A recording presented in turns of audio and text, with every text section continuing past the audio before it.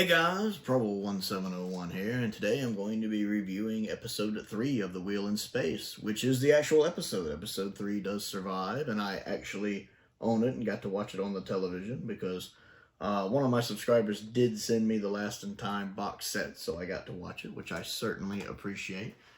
I liked episode 3.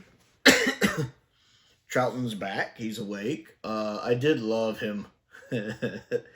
He's kind of picking on Jamie when he first wakes up. Oh, and you told him, I told you to do it. Well, great. But this is where he delivers that wonderful line to Zoe about, it's only logical. And he's like, logic, my dear Zoe, only gives one the ability to be wrong with authority. Whatever it is he says there. I love that line, though. And I need to remember that, actually. It's only logical to respond with that.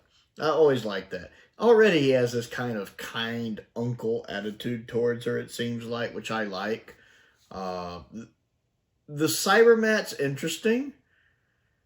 I don't know how they managed to kill the one guy and why he didn't just run out of the room. I get there was like one between him and it, but I think I would have jumped over it and tried to run. I don't know. I feel like he should have tried harder to live. The Cybermats, it's interesting how they're destroying everything that's kind of needed to make the stuff work. Obviously, Jamie's already knocked the laser out of commission, which goes badly for him because that's when all the other stuff starts happening. Our Doctor and companions just end up in the worst situations where things start to happen right when they get there, so they're always like... But I like the fact some of the people are on their side, like the one woman who's kind of the medical doctor. She seems to be a little more on their side, which I like. The leader of the station is still a bit paranoid. He's willing to listen. I mean, more than some of the paranoid people we get in, sci-fi and other stuff. He's a little more willing to listen, but he's still a bit high-strung, shall we say. I like the fact that some of the other guest characters have cooler heads, at least. I enjoyed the set design well enough on this so far. The Cybermen design I like. I know this is the only story where they really have those helmets. I like the helmets. The little tiers here and here don't really make sense.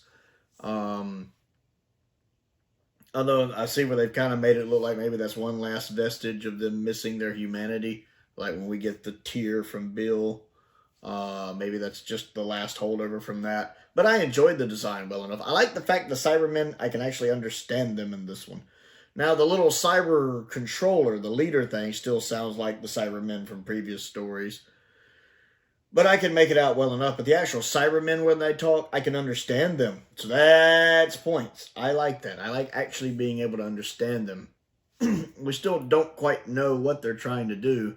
But I like the fact that at least a couple of the characters are putting together this. Everything happening at once here is coincidental.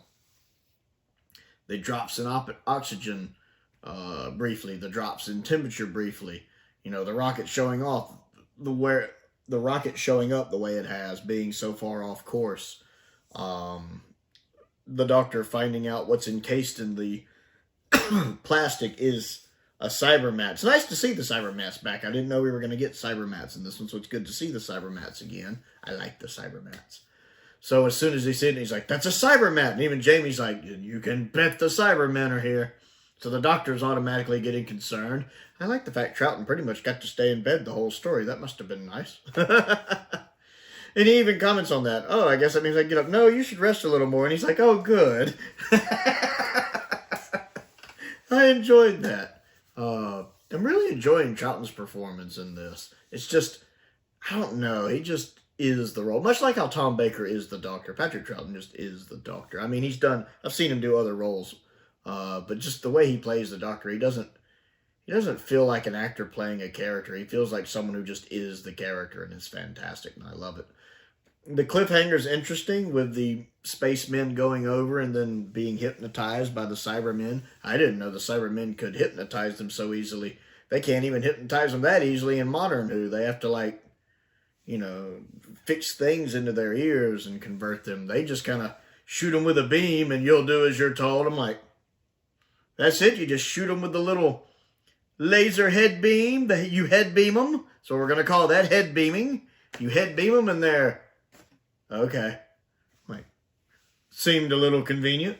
And then I was so sad when when it got to the cliffhanger and the music started rolling. So I'm like, no, that's the whole episode. I have to go back to recons for a couple episodes. I wanted more. Give me more of the actual stuff.